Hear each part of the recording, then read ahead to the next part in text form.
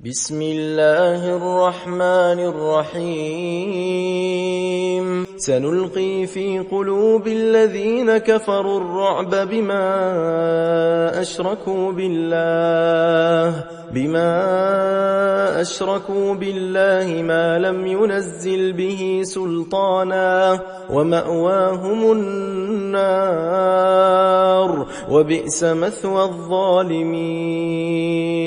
ولقد صدقكم الله وعده إذ تحسونهم بإذنه حتى إذا فشلتم وتنازعتم في الأمر وعصيتم من بعد ما أراكم ما تحبون منكم من يريد الدنيا ومنكم من يريد الآخرة ثم صرفكم عنهم ليبتليكم ولقد عفا عنكم والله ذو فضل على المؤمنين إذ تصعدون ولا تلوون على أحد والرسول يدعوكم في أخراكم فأثابكم غما بغم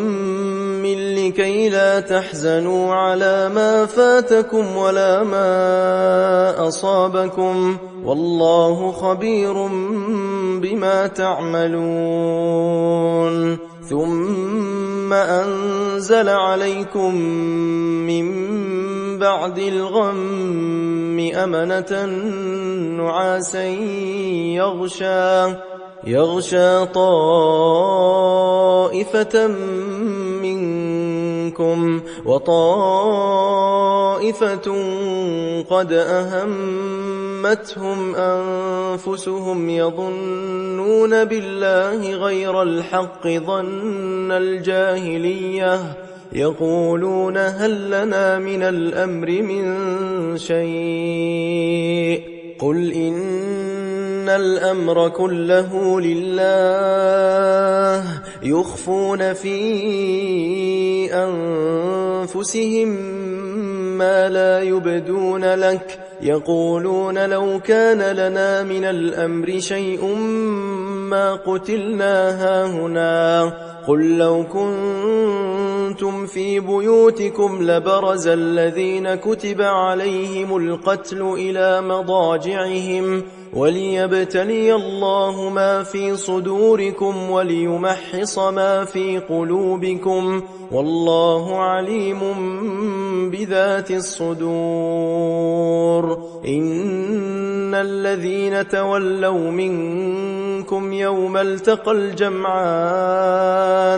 إنما استزلهم الشيطان ببعض ما كسبوا ولقد عفى الله عنهم إن الله غفور حليم